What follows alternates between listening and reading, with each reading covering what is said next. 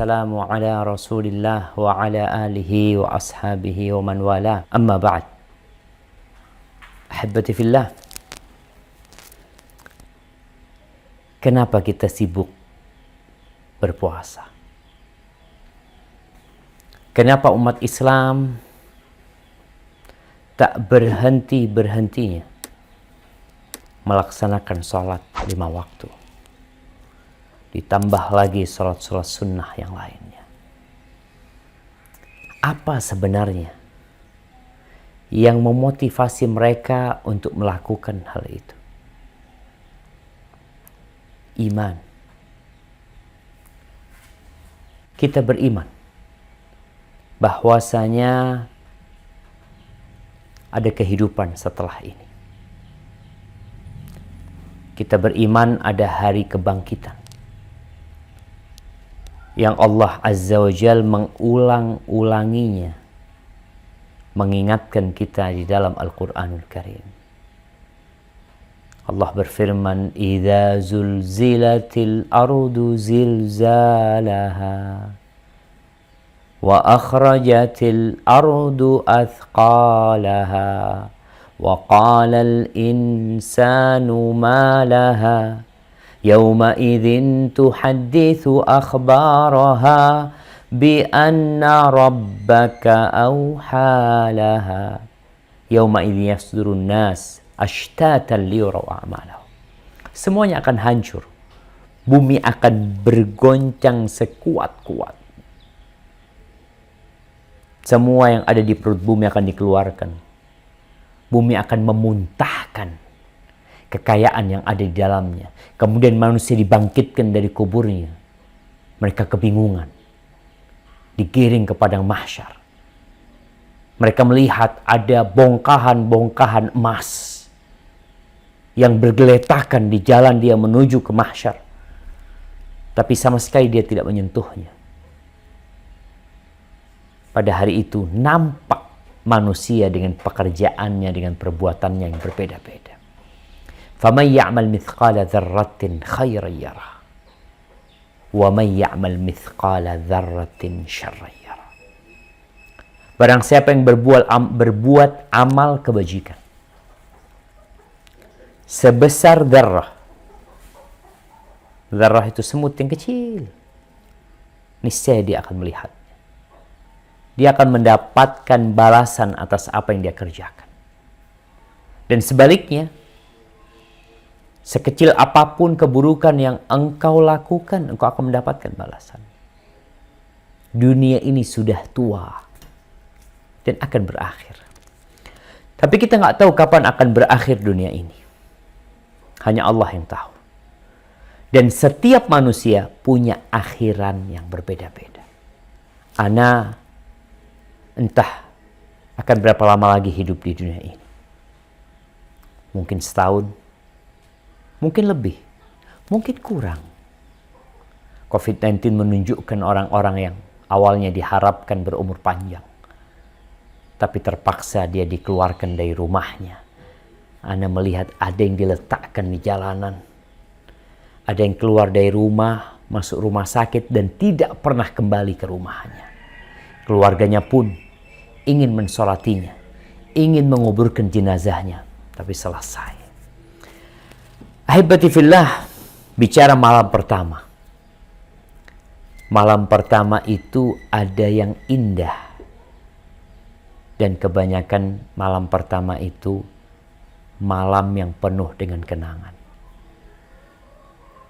Buat teman-teman yang mungkin berangkat ke Swiss, ada yang ke Jerman, ada yang kemana malam pertama sampai, mungkin dia melihat satu hal yang indah, dia benar-benar menikmati malam pertama tersebut.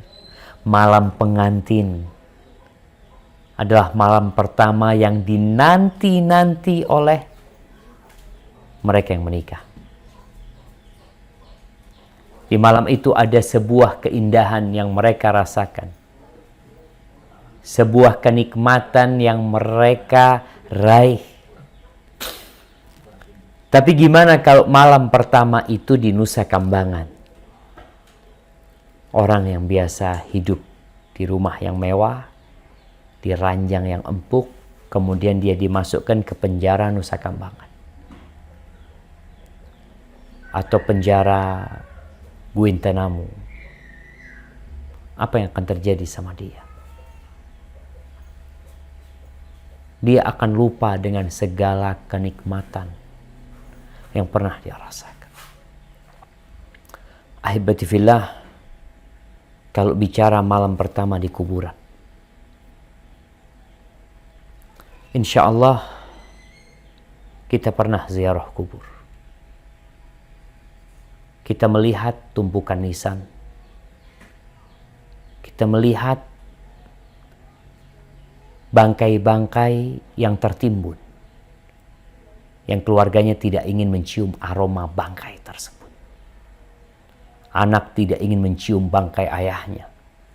Ayah tidak ingin mencium bangkai anaknya. Suami, istri, semuanya berusaha untuk menghilangkan bangkai tersebut. Sebagian manusia karena kebodohannya, bangkai itu dibakar sehingga menjadi debu buat dia. Bapaknya dia bakar. Muslim menguburkannya. Semuanya sunyi senyap kalau kita melewati kuburan.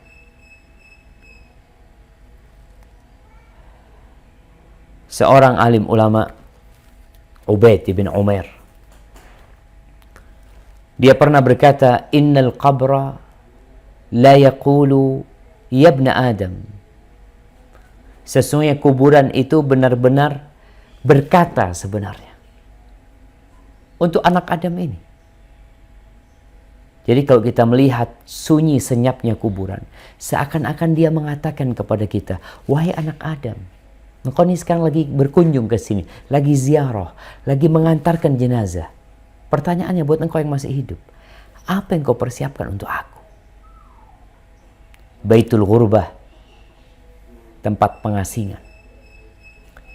Baitul Wahdah, tempat kesepian.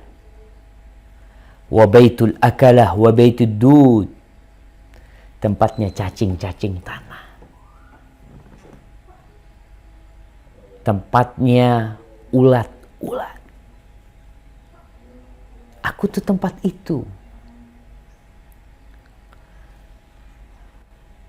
Abdullah bin Mubarak rahimahullahu ta'ala, dia meriwayatkan dari Nuaim, dari Abdullah bin Ubaid bin Umar. Qala balagani. Ini Abdullah bin Ubaid bin Umar mengatakan, telah sampai kepadaku sebuah informasi. Annal mayyit yuq'adu fi hufratihi. Orang yang mati itu, awal dia dikuburkan, jangan bicara malam pertama. Ya, ada yang malam hari dikuburkan, ada yang siang hari buat dia, nggak ada mentari di sana, gelap semuanya. Bahwasanya itu yang mati didudukkan, dan dia mendengar langkah-langkah orang yang mengantarkannya pergi. Nggak ada yang ngajak dia bicara. Mungkin awal yang dikatakan oleh kuburan itu, waihak ibna Adam, celaka engkau anak Adam. Bukankah engkau sudah dikasih tahu bahwa aku ini sempit, aku ini gelap, aku ini tempat yang busuk. Allahu Akbar. Kita kalau mencium bau bangkai, kenapa kalau ada orang mati, dibunuh umpamanya dalam rumah, atau dia bunuh diri, kemudian nggak tahu keluarganya? Kapan ketahuan? Satu kampung jadi tahu karena aroma busuknya. Kelak tubuh kita akan membusuk. Yang sekarang kita jaga, kita mandi, kita pakai sabun wangi, kita pakai sampo, kemudian ada yang pakai lotion, ada yang wajahnya selalu dibedakin, di make upi. Nanti pada waktu awal malam engkau di sana, awal datang ke sana, selesai semuanya.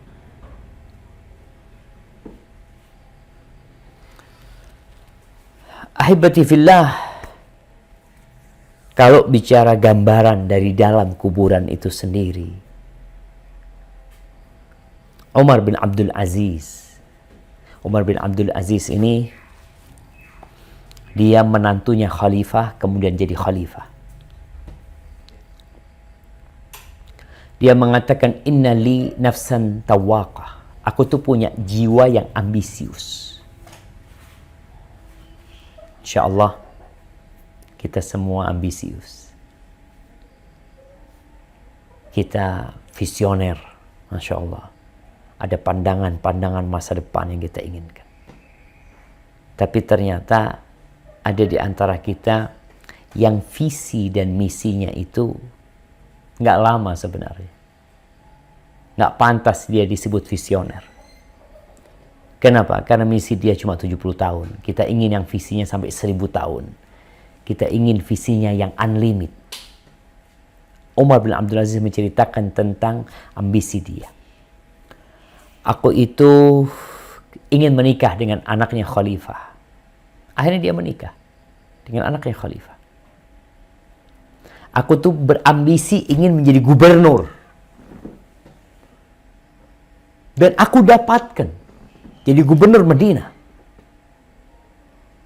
Kemudian namanya ambisi. Aku berambisi untuk jadi khalifah. Dan aku jadi khalifah. Kemudian sekarang ambisiku itu, aku ingin masuk surga. Jadi Umar bin Abdul Aziz, subhanallah, kalau kita melihat bagaimana dia ketika dia menjadi gubernur, ada perbedaan ketika dia menjadi khalifah. Haywah pernah membawakan kain kepada Umar bin Abdul Aziz waktu dia jadi gubernur. Kasih gubernur itu, kain itu harganya 600 dirham kalau nggak salah. Ya sekitar 60 jutaan mungkin. Kata Umar bin Abdul Aziz, sebenarnya kain ini ya bagus. Sayangnya dia masih kasar. Subhanallah jemaah. Harga 600 dirham masih kasar sama dia. Seperti apa kain 60 juta, lembutnya seperti apa. Ketika dia menjadi khalifah, didatangkan kain lagi, tapi hidup dia sudah berubah. Sama Haywah ini. Bawa dia tuh kain. Harganya mungkin beberapa dirham. Nggak sampai puluhan dirham. Dipegang sama Umar bin Abdul Aziz. Kain ini sebenarnya bagus, tapi dia terlalu lembut. Yang dulu 600, yang sekarang mungkin 6 dirham. Maka heran Haywah, kenapa engkau seperti itu? Perubahanmu begitu signifikan. Kata dia, iya. Apa yang mau dicari di dunia ini? Semuanya akan berakhir. Sekarang aku berharap masuk surga. Ini Umar bin Abdul Aziz, ketika dia menjadi khalifah, banyak pesan-pesan indah. Dia berkata kepada teman-teman duduk dia. Ya namanya khalifah, duduknya sama siapa? Sama pejabat-pejabat negara. Sama orang-orang penting. Apa katanya Umar bin Abdul Aziz? Ya fulan. Wahai fulan. Laqad bittu al-laylah. Atafakkaru fil qabri wa sakinik. Aku semalam itu merenungkan kuburan dan orang yang tinggal di kuburan sana.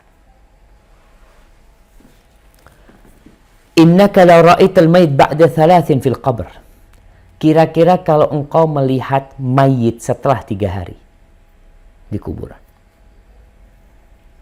engkau kayaknya nggak mau dekat sama dia. Padahal engkau punya hubungan dekat sama dia.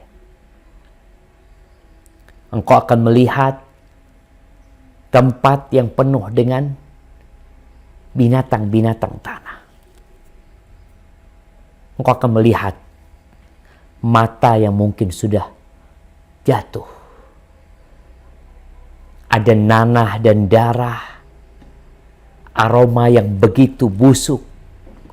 Setelah keindahan selama ini. setelah bau yang wangi, setelah pakaian yang indah. Kemudian Umar bin Abdul Aziz pingsan. Kita tuh kalau mau bayangin malam pertama di kuburan, ketika nggak ada yang mendampingin kita, siapa yang mau dampingin kita, jemaah?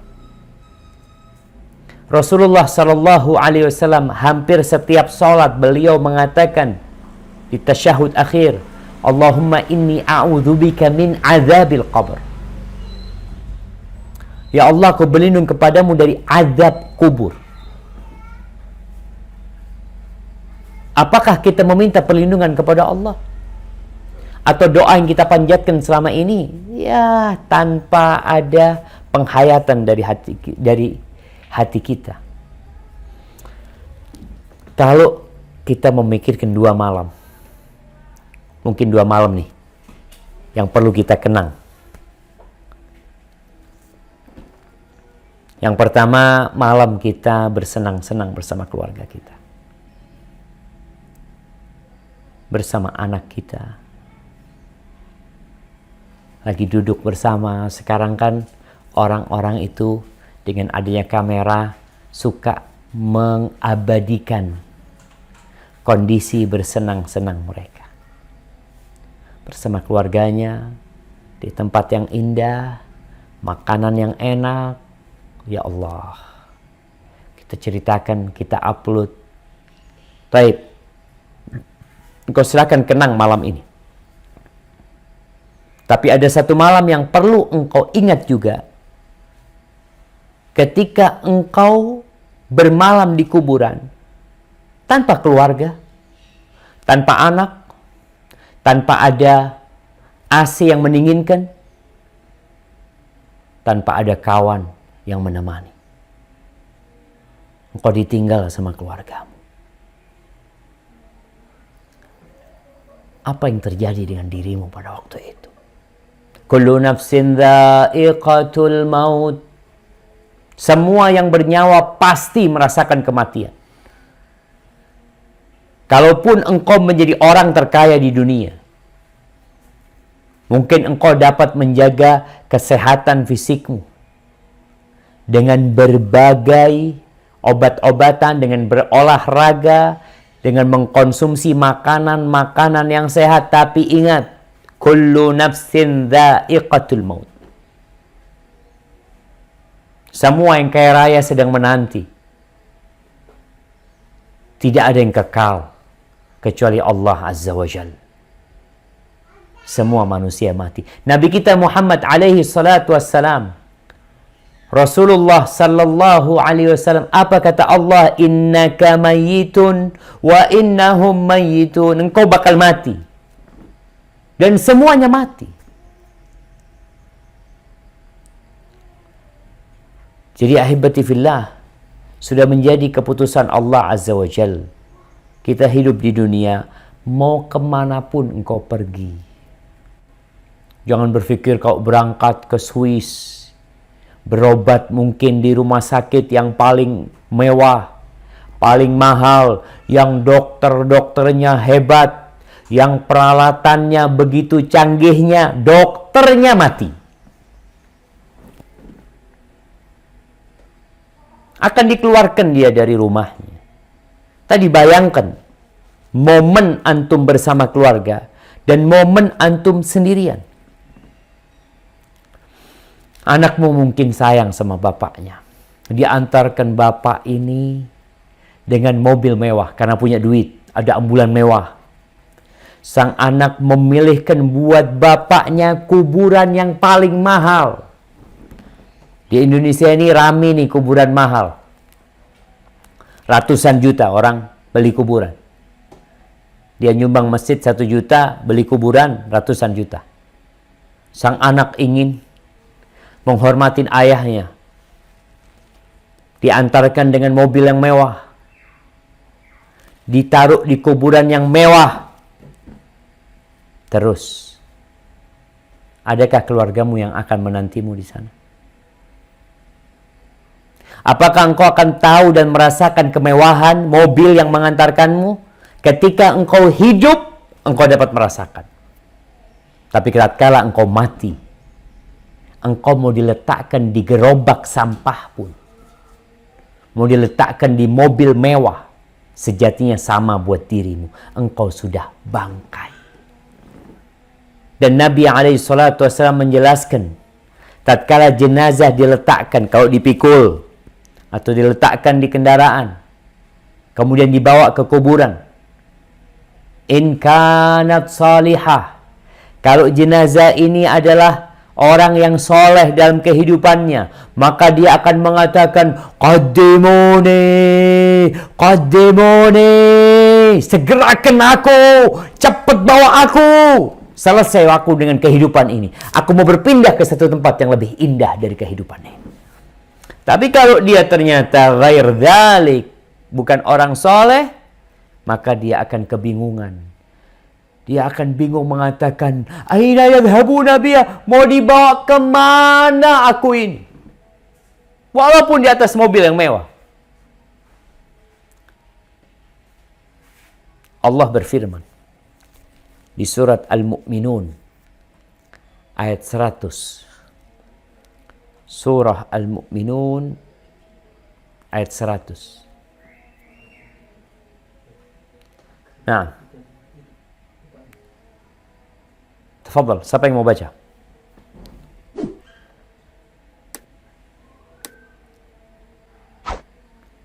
Nah, yallah jamaah. Ada yang dengerin apa enggak di sana? Pak Ustadz Aal untuk membacakannya, Pak Ustadz Aal. Ya, suaranya lebih keras. Al-Mu'minun ayat 100 dibaca. Nggak ada yang baca.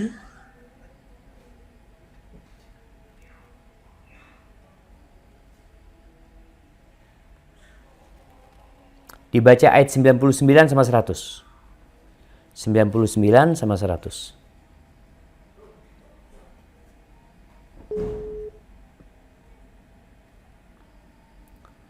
Nah.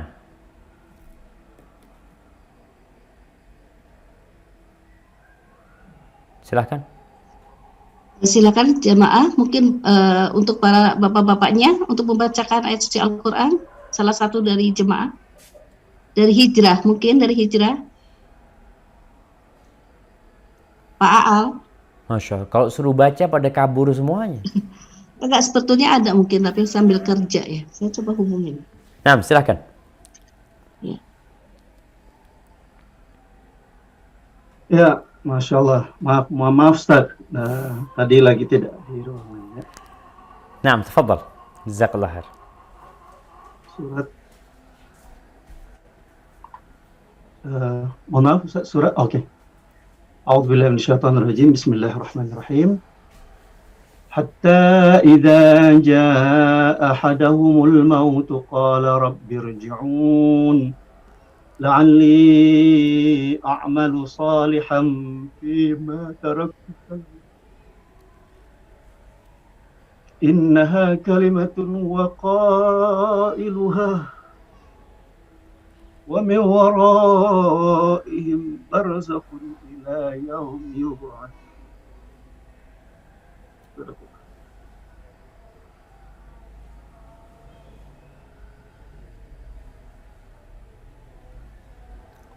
Nah, artinya?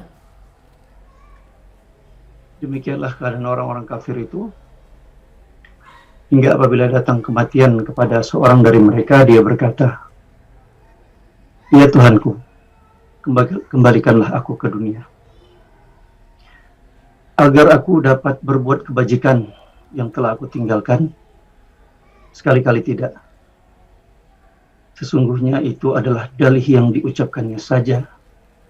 Dan di hadapan mereka adalah barzakh sampai pada hari mereka dibangkitkan. Barakallahu fikum. Jemaah, ketika itu orang baru mulai introspeksi diri. Baru mulai mengingat. Dia ingin melakukan ini dan itu. Dan sekarang Allah kasih sama kita waktu. Dia mengatakan, Rabbi rji'un, ya Allah, kembalikan ya Allah. Sebentar aja, usah lama-lama. Ingin beramal soleh. Jadi malam pertama di kuburan, ketika engkau merasakan sebuah hal yang tidak pernah engkau rasakan dalam kehidupannya. Kalau orang di penjara, mau di penjara dalam kondisi penjara sendiri, masih nyaman dia di sana dibandingkan dengan kuburan. Masih ada harapan dia keluar. Tapi tatkala engkau diletakkan di dalam kuburan, tatkala anakmu menginjak-injak tanah kuburan, ketika anakmu menangis, istrimu merasa kehilangan, ya berapa lama mereka merasakan itu? Sepekan, 2 pekan, sebulan, 2 bulan, sampai masa iddahnya habis. Mungkin dia sudah dinikahin oleh laki-laki yang lainnya. Harta yang kau kumpulkan dinikmatin oleh anak-anakmu, oleh istrimu, dengan suami baru dia. Kalau engkau seorang wanita, selesai. Suamimu belum engkau dikuburkan, mungkin dia sudah berpikir untuk menikah lagi. Ahibati fillah. Kalau bicara kuburan, ada beberapa kondisi orang ketika berada di dalam kuburan. Yang pertama, ada yang namanya himpitan kuburan. Pelukan kuburan. Kita lihat tempat yang kecil seperti itu. Dari Aisyah radhiyallahu taala anha, beliau mengatakan bahwa Nabi alaihi salatu wasallam bersabda, "Inna lil qabri daghtah. Walau kana ahadun najian minha naja minha Sa'ad bin Mu'adz." Sesungguhnya kuburan itu memiliki himpitan, tekanan. Andai kata ada satu orang yang selamat, dari himpitan tekanan kuburan itu, niscaya yang selamat adalah Sa'ad bin Mu'adz. Ada apa dengan Sa'ad bin Mu'adz? Di dalam riwayat Abdullah bin Umar radhiyallahu anhuma, anna Rasulullah sallallahu alaihi wasallam qala, Nabi bersabda tentang Sa'ad bin Mu'adz ketika dia meninggal dunia. Ketika dikuburkan Sa'ad bin Mu'adz, Rasulullah sallallahu alaihi wasallam mengatakan, hadzal ladzi taharraka lahul arsy. Ini Sa'ad bin Mu'adz ketika dia meninggal dunia, arsy-nya Allah itu bergetar.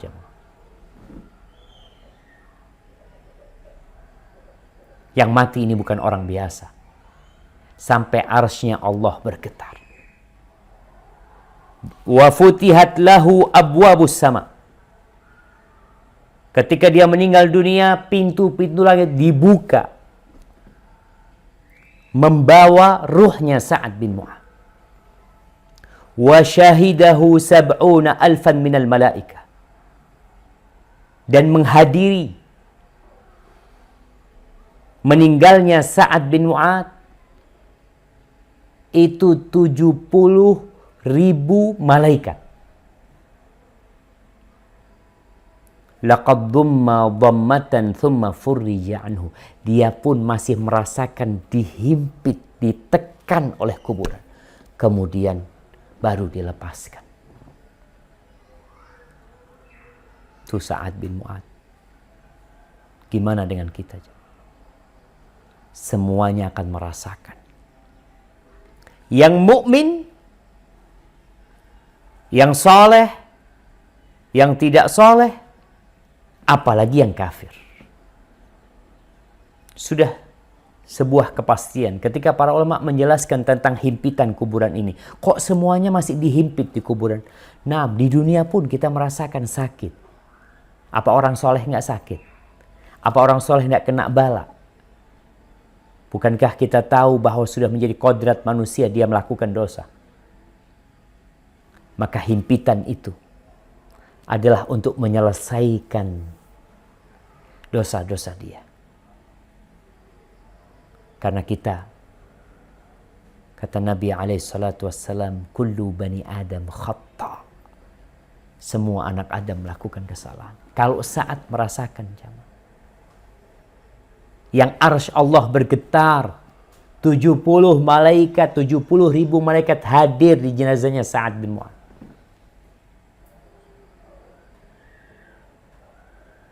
Bagaimana dengan orang seperti kita yang kadangkala sholatnya pun jauh dari kekhusyuan? Insya Allah ada yang padam listriknya, jemaah. Ya, kita gelap dikit aja udah bingung. Gimana kalau gelap di kuburan? Baik. Itu kondisi pertama. Ketika orang masuk di kuburan, diantarkan ke kuburan, masuk dia akan dihimpit. Adapun orang-orang yang kafir, orang-orang yang penuh dengan dosa, maka himpitan itu akan lama. Ada yang berpendapat bahwa himpitan ini himpitan kasih sayang. Karena orang yang meninggal dunia sejatinya dia dari tanah. Dia ditunggu sama kuburannya ketika balik seperti ibu yang menghimpit, memeluk anaknya dengan keras. Karena kasih sayang. Tapi yang pertama pendapat itu lebih benar. Bahwasanya himpitan dan pelukan serta dekapan itu adalah untuk menyelesaikan dosa-dosa. Karena manusia sesoleh apapun dia tetap punya dosa. Yang kedua, kesunyian, kesenyapan, serta kemudian datangnya mungkar dan nakir.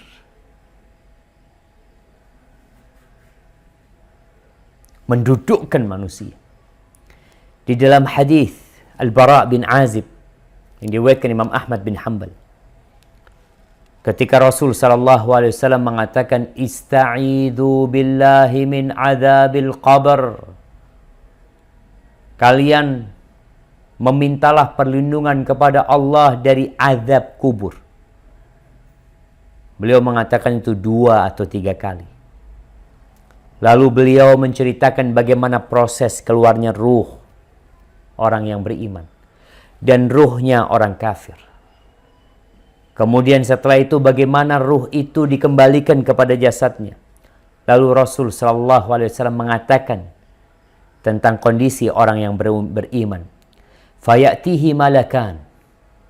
Maka akan datang kepada dia 2 malaikat dalam wujud yang menakutkan, yang dia nggak pernah melihat. Dalam kondisi dia sendirian. Tidak ada satupun yang mendampingi dia. Didudukkan. Lalu bertanya malaikat ini, Man Rabbuk? Siapa Rabbmu? Fayaqulu Rabbi Allah. Ma dinuk? Apa agamamu? Fayaqulu dinil Islam. Fayaqulani ma hadzal rajul ladzi bu'itsa fikum. Fayaqulu huwa Rasulullah. Siapa tu orang yang diutus kepada kalian? Kau tahu? Dia utusan Allah. Nabi Muhammad adalah utusan Allah. Bagaimana engkau tahu? Ini jamaah. Akan ditanya, gimana engkau tahu itu Rasulullah? Oh, katanya orang. Seorang yang mukmin mengatakan, Qara'tu kitab Allah wa amantu bihi wa saddaqtuh. Aku membaca Al-Quranul Karim, aku membaca kitab Allah dan aku beriman dengannya dan aku percaya dengannya. Fayunadi munadin minas sama. Ini proses ini masih proses yang menakutkan. Dari mulai himpitan, kemudian didudukkan dalam kegelapan, dalam kesenyapan dan kesunyian. Tatkala lulus tes, lulus dari pertanyaan-pertanyaan yang diberikan, maka ada yang menyeru dari langit mengatakan, An sadaqa abdi, hambaku benar. Dia bukan ikut-ikutan. Dia bukan pura-pura beriman, tapi dia benar-benar beriman. Fa'afrishuhu minal jannah. Maka berikan kepadanya permadani dari surga. waftahu lahu baban ilal jannah. Bukakan dari kuburan dia pintu ke surga. Dia berada di kuburannya. Kalau kita melihat kuburan beralaskan tanah, tapi ternyata di alam yang berbeda sana ada hamparan permadani surga. Kalau kita melihat kuburan itu sempit, nggak ada jendelanya, kanan kiri nggak ada, tertutup semua. Kalau orang beriman, subhanallah, Allah bukakan pintu surga. Fayatihi min rauhiha wa tibiha. Maka datang dari surga itu aroma yang indah, kesegaran surga. Wa yufsah lahu fi qabri madda basari. Kemudian dihamparkan bagi dia, kuburannya itu diluaskan sepanjang dia memandang. Lebih indah dari rumahnya. Kita kalau di rumah, tidur di rumah, kanan kiri kita semua tembok. Mau luas 5 kali 5, 10 kali 10, mau 100 kali 100, semuanya terbatas.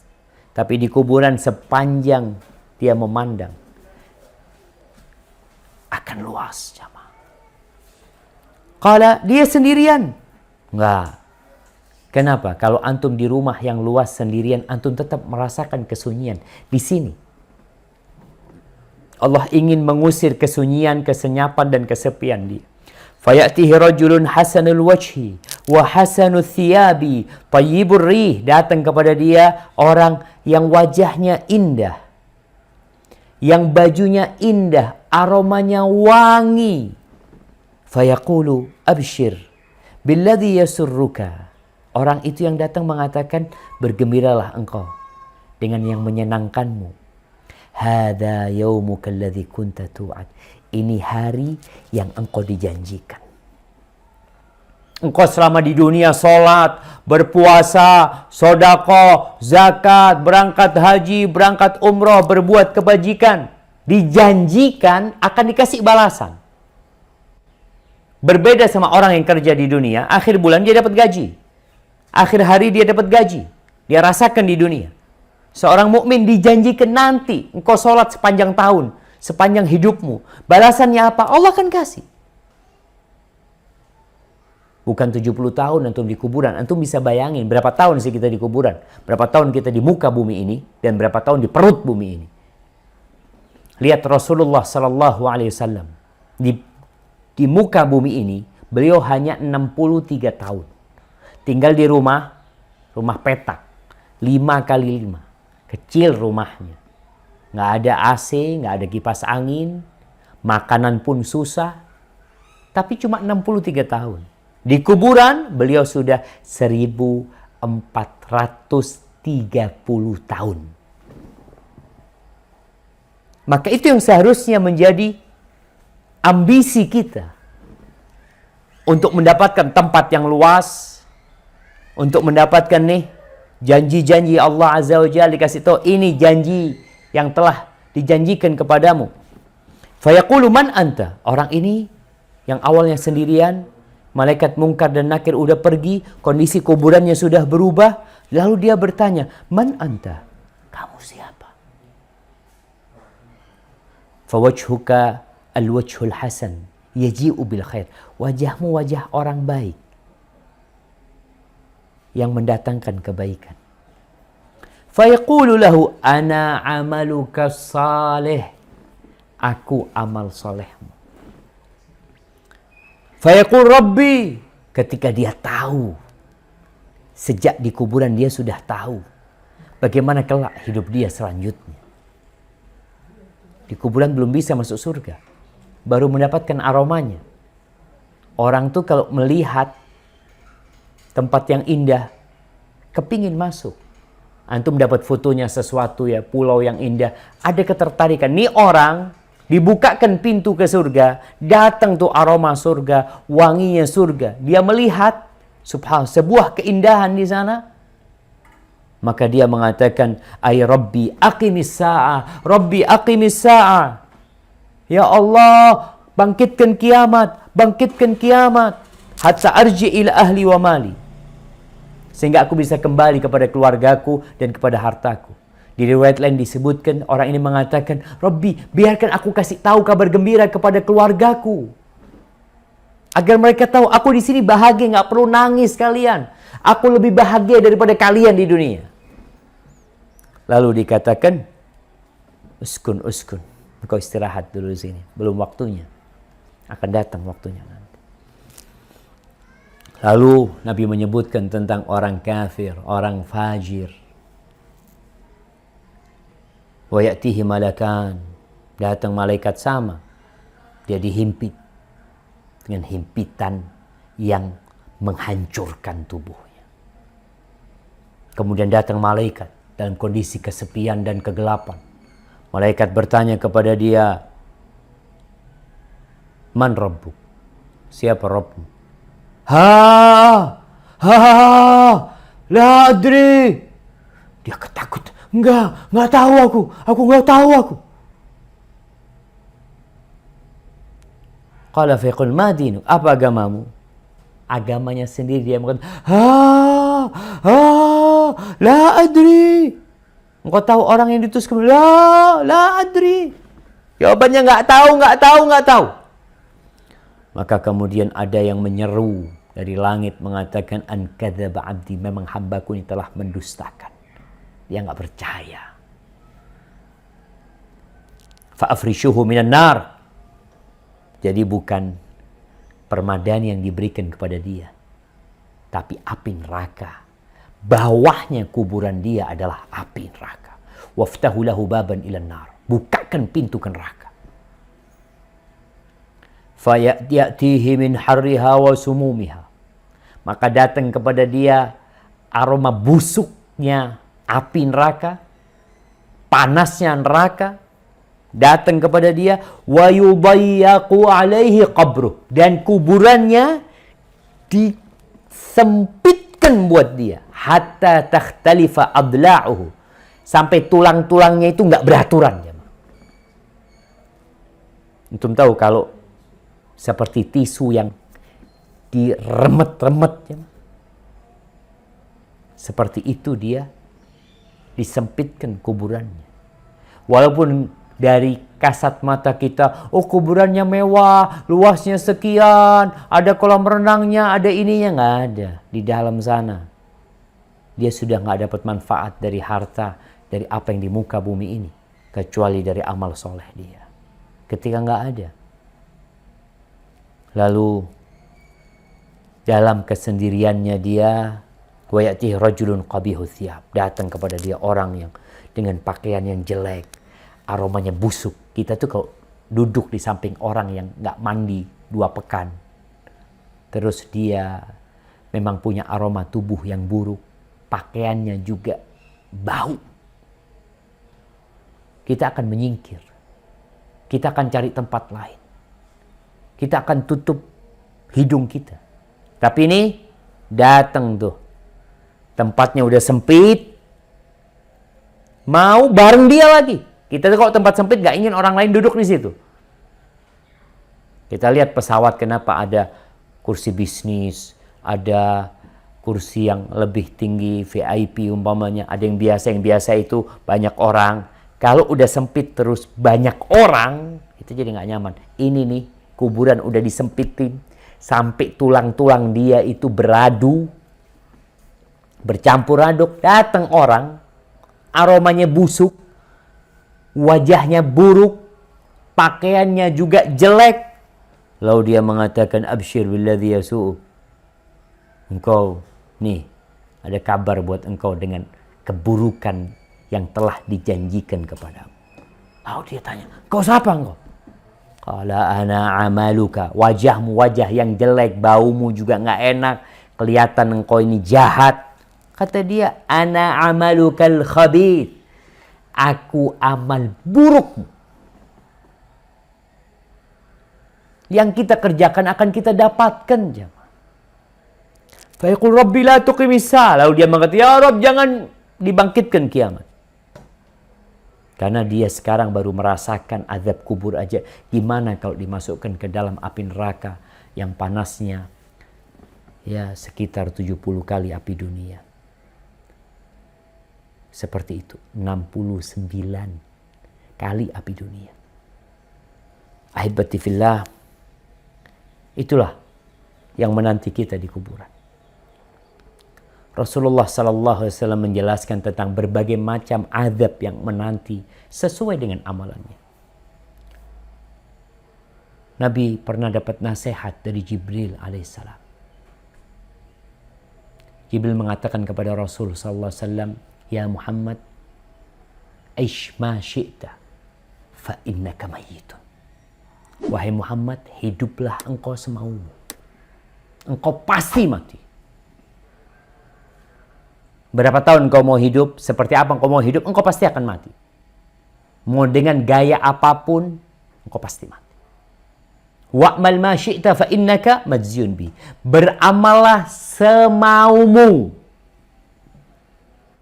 Jadi kalau bicara orang, udah nggak usah ngurusin anak, silahkan antum mau beramal, silahkan. Allah nggak butuh sama amalan kita. Allah mengatakan faman syaa falyu'min wa man syaa falyakfur. Yang mau beriman silahkan, monggo. Yang mau kafir silahkan. I'malu ma syi'tum. Kalian silahkan beramal semau kalian. Tapi ingat, akan dibalas kalian.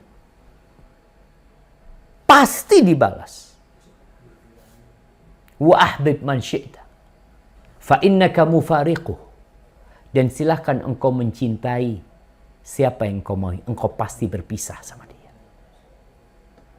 Sudah jadi kepastian jamaah. Wa'lam anna syarafal mu'min qiyamuhu bil-lail. Ketahuilah bahwa kemuliaan seorang mukmin bukan dengan hartanya, bukan dengan jabatannya, bukan dengan tahtanya, bukan dengan kekuasaannya. Yang sekarang orang-orang berlomba untuk mencari kekuasaan, jabatan, harta.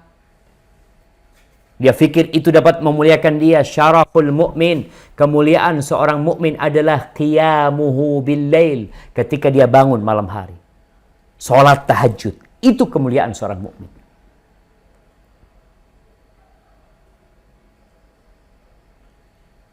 Wa izzatahu istighna'uhu 'anil nas. Dan kehormatan dirinya ketika dia enggak butuh sama orang. Enggak, ana sama Allah Subhanahu wa taala. Maka hati-hati dengan apa yang kita amalkan. Kita akan segera meninggalkan dunia. Yang terakhir jamaah, masih banyak pembahasan tentang malam pertama di kuburan. Ini ada malam pertama di kuburan yang Nabi ceritakan. Ketika perang Khaybar, di situ para sahabat mendapatkan harta rampasan perang, tapi bukan emas dan perak, tapi barang-barang, ya makanan, pakaian. Kemudian kita tuh berangkat ke sebuah lembah, tahu-tahu ada budak Nabi SAW yang namanya Rifa'ah ibn Zaid. Ketika Nabi turun di situ, budak Nabi itu lagi mindain barang-barang dari onta Rasul Sallallahu Alaihi Wasallam. Tahu-tahu ada panah yang nyasar ke dia, mati dia. Ada musuh yang manah, dia mati. Apa kata orang-orang? Hani'an lahu syahada. Ya Allah, enaknya mati syahid dia tuh. Mereka mati senang jemaah. Ya Allah, betapa bahagianya dia mati syahid. Ya Rasulullah, lalu apa kata Rasul SAW? Kalla, enggak. Kalian pikir dia sedang bersenang-senang nih? Nabi SAW, kalla, tidak seperti itu. Walladhi nafsu Muhammadin biyadih. Demi yang jiwa Muhammad berada di tangannya. Demi Allah Azza wa Jal.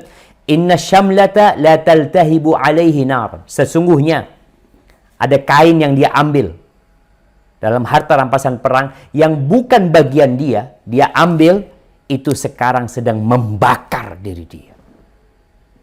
Orang ketika itu ketakutan jamaah. Ini ngambil kain aja. Yang diharapkan dia mati syahid.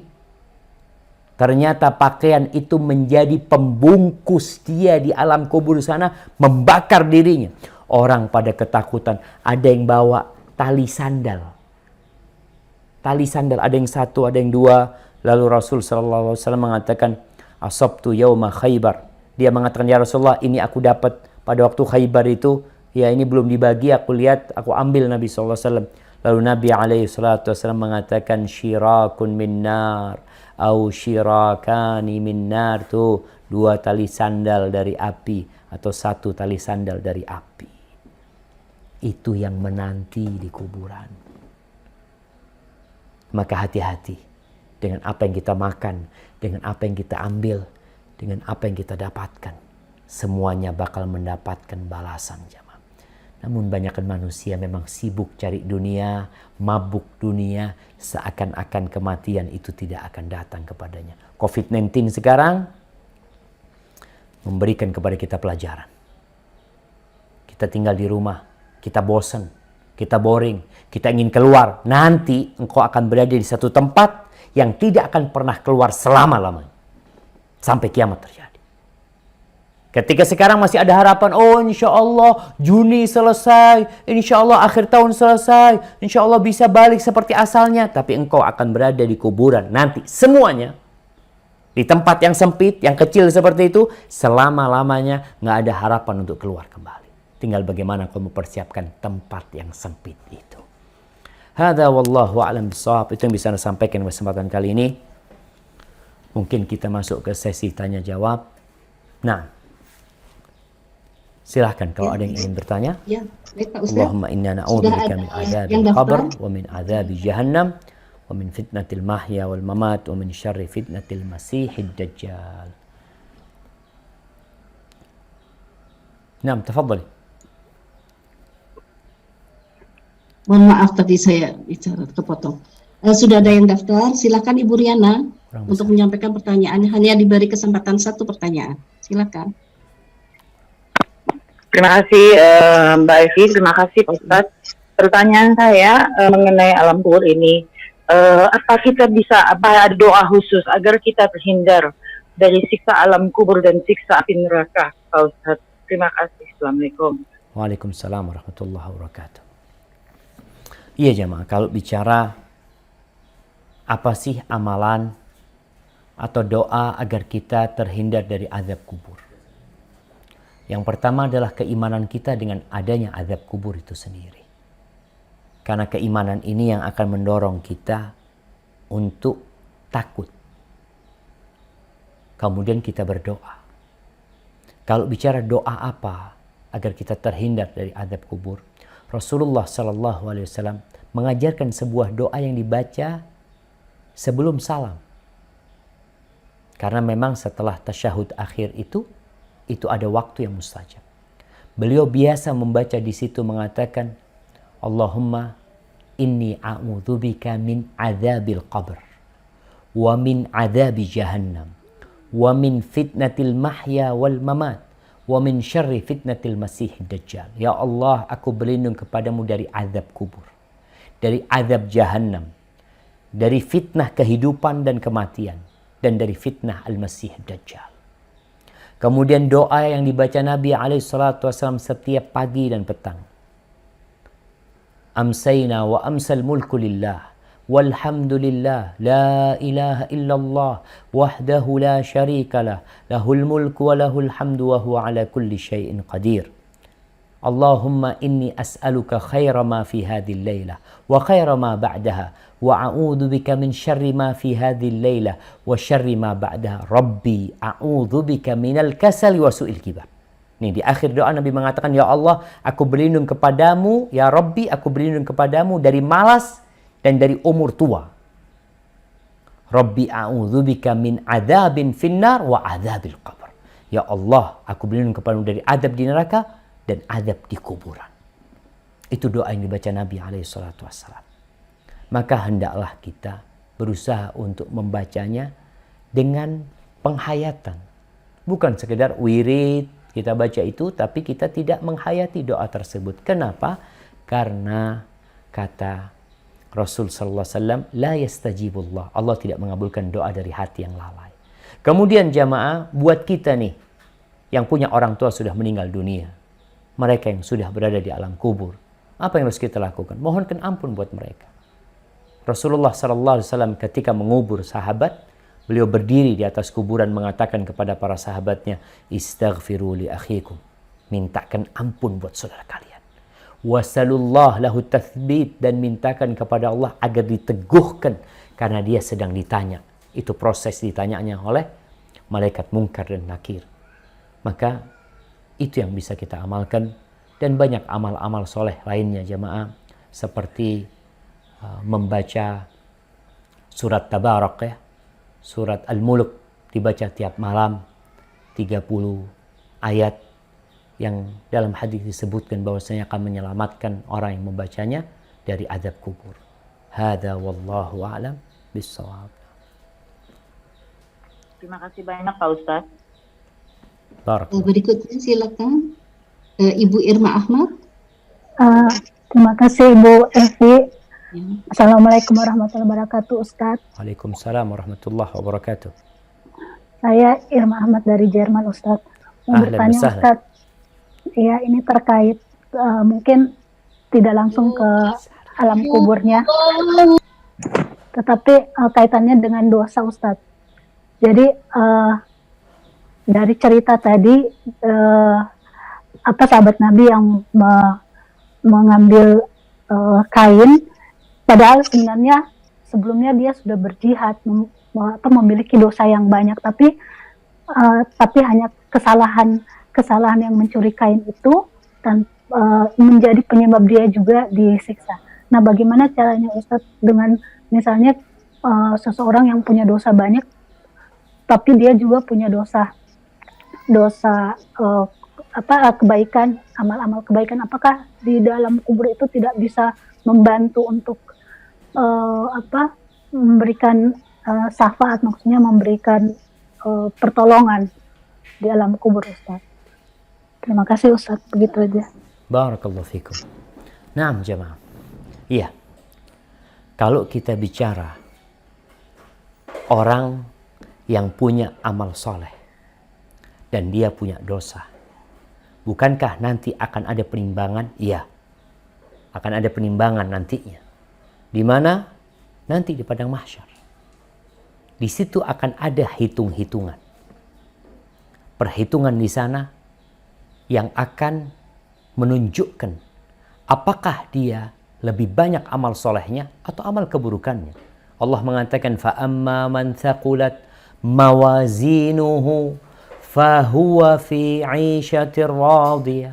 Tuh, yang lebih berat amal solehnya, maka dia akan berada dalam kehidupan yang mulia, kehidupan yang nikmat, yang penuh dengan kenyamanan di sana. Itu nanti akan ada penimbangan tersebut.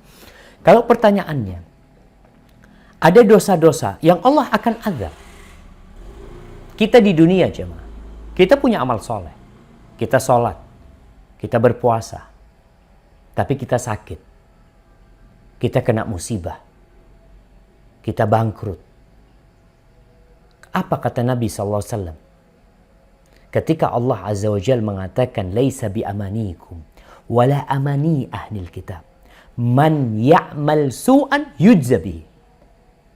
Bukan termasuk angan-angan kalian atau ahlul kitab. Urusan amal, balasan, pahala. Enggak, ingat. Man ya'mal su'an yujzabi. Barang siapa berbuat kejelekan, pasti dibalas. Pasti pembalasan itu ada. Makanya ketika ayat itu turun, Abu Bakar Siddiq merasa berat jemaah. Dia mengatakan, ya Rasulullah, kalau setiap dosa yang kita lakukan kita dibalas, kita akan binasa. Karena kita semua punya dosa. Lalu Rasul SAW menyebutkan balasannya. Apa balasannya? Awatam rodun, bukankah kalian merasakan sakit? Ya, kecapean, kemudian kena duri. Semua itu jadi balasan buat dosa yang dilakukan. Tapi sekarang di alam kubur tersebut, jadi ada orang yang dosa-dosanya dibersihkan dengan musibah di dunia. Sehingga dia, alhamdulillah, udah dibalas tuh. Ada yang dibalas di alam kubur. Sehingga dia merasakan balasan dosa dia di alam kubur. Sehingga nanti ketika dibangkitkan di hari kiamat, udah selesai dia dosanya. sehingga dia tidak perlu masuk ke neraka lagi dengan dosa yang dia lakukan. Itu jadi pembersih dosa dia. Ada yang dengan ahwalu al-qiyamah, dengan yang terjadi di padang mahsyar sendiri menjadi penghapusan dia, sehingga ada orang yang dihapuskan dosanya ketika melewatin sirat, ketika dia terkena api ini itu, tapi dia akhirnya selamat. Itu jadi penghapusan dosa dia. Jadi kalau bicara kita punya amal soleh, pertama kita nggak tahu apa amal soleh kita sebanding dengan itu. Jangan-jangan kalau disuruh bayar itu habis amal soleh kita nanti masuk neraka. Maka kita lebih tahu dengan, Allah lebih tahu dengan yang baik buat kita. Sehingga orang yang mati syahid, ketika dia mati syahid, ikut berjihad, kemudian melakukan dosa, al-ghulul termasuk dosa besar jamaah. Mengambil dari harta rampasan perang ini termasuk dosa besar. Dan kita tahu dia belum bertobat. Dan Nabi SAW menjelaskan bahwasanya itu yang dia ambil akan membakar diri dia. Adapun nanti di padang mahsyar akan ada penimbangan amal. Dan kita juga tahu bahwasanya amal-amal soleh itu, kalau memang lebih banyak amal soleh dia akan datang di kuburan, menemani dia, mendampingi dia. Dan bisa jadi juga setelah nih sahabat yang meninggal dunia dibakar dengan pakaian tersebut, kemudian sudah setimpal dengan yang dia lakukan, dia akan beristirahat dan merasakan kenikmatan. Tapi yang jelas, azab itu akan didapatkan ketika orang melakukan dosa. Allahu Akbar ya. Benar jemaah. Kalau itu orang ikut perang sama Nabi SAW, gara-gara pakaian itu, ada yang gara-gara sandalnya yang dia ambil. Apalagi kita yang amalannya nggak seberapa, mereka tuh sahabat-sahabat Nabi yang ikut berperang bersama Rasulullah SAW. Na'udzubillahi minan nar. Barakallahu fikum. Dipersilakan Ibu Iul dari Jerman. Assalamualaikum Ustaz, saya Iul Siti Julaiha dari Jerman. Waalaikumsalam warahmatullahi wabarakatuh. Bismillah. Nah, Bismillah. Bismillah, saya menanyakan mengenai untuk pengajaran anak-anak kecil di TPA mengenai alam kubur dan akhirat itu seperti neraka, kesannya tuh sangat menakutkan mungkin bagi anak-anak. Bagaimana Ustadz untuk mengajarkan anak-anak ini pada usia berapa dan bagaimana first rate-nya, step by step-nya untuk mengajarkan anak-anak mengenai keadaan di alam kubur ini. Terima kasih Ustadz. Nah, barakallahu fikum. Subhanallah jamaah. Berkaitan dengan mengajarkan kepada anak-anak ini. Anak-anak ini umurnya beda-beda. Ada anak-anak yang sudah ngerti dikasih tahu. Maka kita bisa kasih penjelasan sama dia. Tapi ada anak-anak yang mengajarin mereka itu hanya talqin, hanya menghafal. Dia itu hanya menghafal. Dia belum bisa mencerna. Seperti kita ajarin dia menjawab pertanyaan, man rabbuk? Allah. Man nabiyuk? Muhammad. Ma dinuk? Islam. Ini anak bisa menghafal, tapi dia belum bisa mencerna. Ketika dia sudah mulai dapat mencerna, memahami mana yang kanan, mana yang kiri, itu salah satu cara kita mengetahui dia sudah mumayyiz, udah paham tuh yang kanan sama yang kiri, mulai kita bisa kasih tahu dia. Ketika kita suruh dia beramal, mungkin dia bertanya, kenapa harus sholat? Kenapa harus berbuat baik sama orang? Kenapa harus berdoa? Kenapa baca bismillah? Disinilah kita sampaikan kepada dia. Yang pertama, bukan tentang nerakanya, tentang surganya, tapi tentang Allah Azza wa Jalla. Sehingga beriman kepada Allah dan hari akhir, dimulai beriman dengan Allah Subhanahu wa taala. Sampaikan ketika dia udah bisa faham tentang Allah yang menciptakan kita, ya ini itu. Kemudian kita sampaikan kepada dia tentang balasan. Karena anak-anak kecil itu malah mereka adalah kondisi manusia yang takut karena ancaman dan suka karena dapat hadiah. Itu anak-anak. Orang tua ketika ngasih tahu sama anaknya, nak, kau kerjakan tugasmu, nanti abah belikan sepeda. Gembira dia. Ketika diancam dia, kalau engkau nggak selesai, abang nggak kasih hadiah. Uang saku 1 pekan nggak dikasih. Dia bisa memahami hal itu. Maka sekarang ketika berbicara tentang surga Allah Azza wa Jalla, sampaikan buat siapa surga ini? Ada apa di surga ini? Anda punya anak, subhanallah, dia umur 5 tahun ya. Apa sih senangnya anak-anak itu? Main mobil-mobilan ya. Dia cerita, Abah, kalau Yusuf masuk surga, Yusuf kepingin mobil yang banyak sekali. Iya, seperti itu kenikmatan yang dia inginkan. Dan kita sampaikan, apa yang engkau inginkan, engkau akan dapatkan. Asalkan engkau melakukan ketaatan. Adab Allah kita sebutkan, menakutkan, iya menakutkan memang. Kita sampaikan kepada dia tentang orang yang berdusta umpamanya. Seperti ini, seperti ini. Namun orang tua jangan hanya menakut-nakutin anaknya dengan neraka, tapi tidak menumbuhkan keimanan dia, sehingga dia lebih mengharap kepada Allah, selain dia juga takut dengan adab Allah Subhanahu wa Ta'ala. Mungkin seperti itu. Hadza wallahu a'lam bis-shawab. Jazakallahu khairan, Ustaz. Masih ada waktu Pak Ustadz? Halo? Pak Ustadz, masih ada waktu ya? Masih ada waktu. pertanyaan lagi. Bismillah. Ibu Imam dari Musa. Swiss, silahkan. Assalamualaikum Ustadz. Waalaikumsalam warahmatullahi wabarakatuh. Bismillah. Saya hanya mau bertanya, bahasa apa yang akan digunakan di alam barzah atau nanti di akhirat nanti, karena kita kan sekian banyak manusia gitu. Itu aja bahasa untuk supaya semuanya paham. Syukran. Jazakallahu khair. Barakallahu fikum. Iya jamaah, kalau ditanya bahasa apa yang digunakan, wallahu a'lam bishawab. Ada beberapa riwayat yang menyebutkan bahwasanya bahasa yang akan dipakai nanti adalah bahasa Arab. Di surga pun mereka akan berbahasa Arab. Tapi hadis-hadis yang menyebutkan dhaif, lemah hadis tersebut. Maka dikatakan wallahu a'lam bahasa apa yang akan dipakai nanti di sana. Mereka akan pakai satu bahasa, tadi mungkin dengan bahasa Arab, bahasa Al-Quran, bahasa yang dengannya Allah menurunkan kitab terakhir. Mungkin itu akan menjadi bahasa dan semua orang akan faham nantinya jamaah. Bahkan kita tahu kulit pun akan berbicara pada hari itu.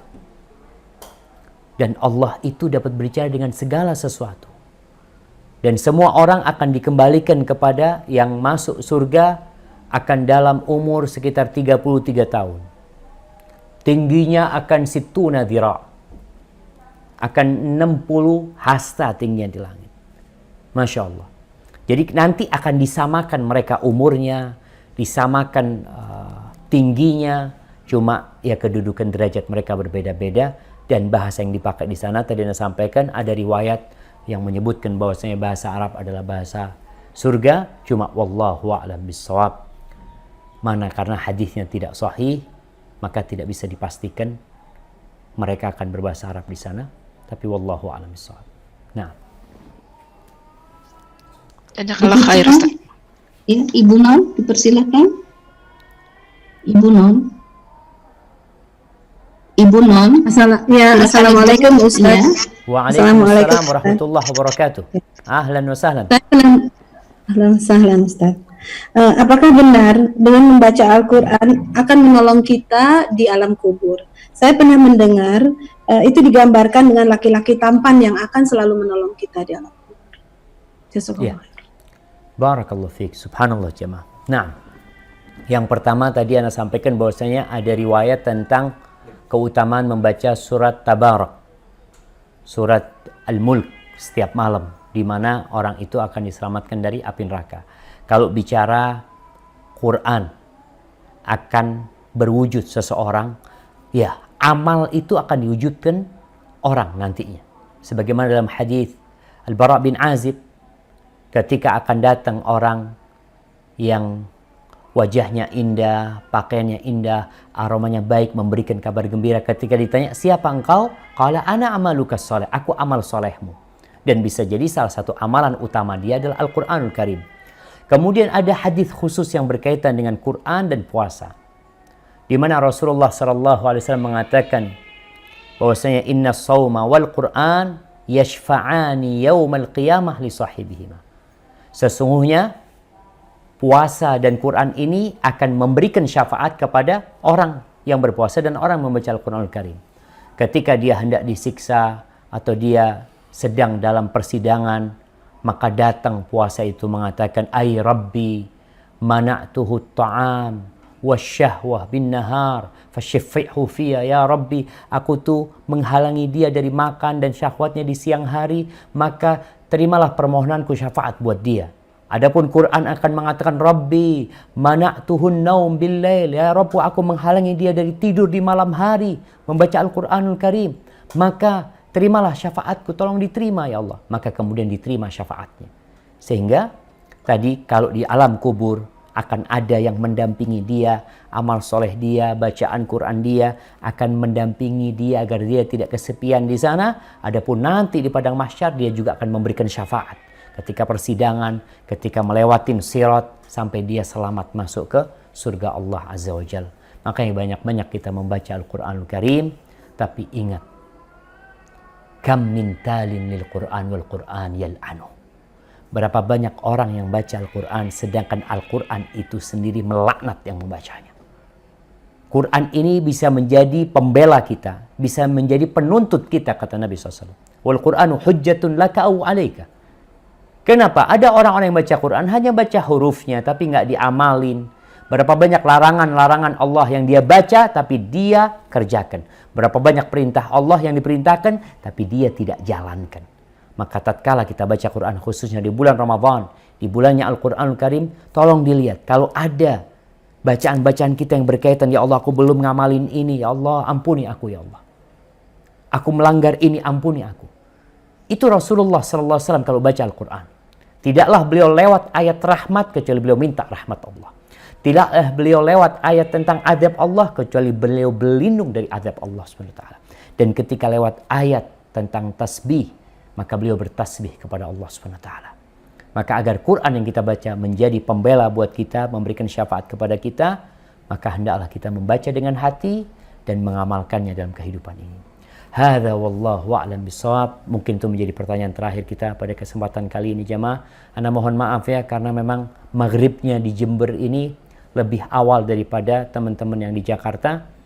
Semoga kita bisa berjumpa pada kajian-kajian selanjutnya. Subhanakallahumma wa bihamdika asyhadu an la ilaha illa anta astaghfiruka wa atubu ilaik. Jazakumullahu khairan. Wassalamualaikum warahmatullahi wabarakatuh.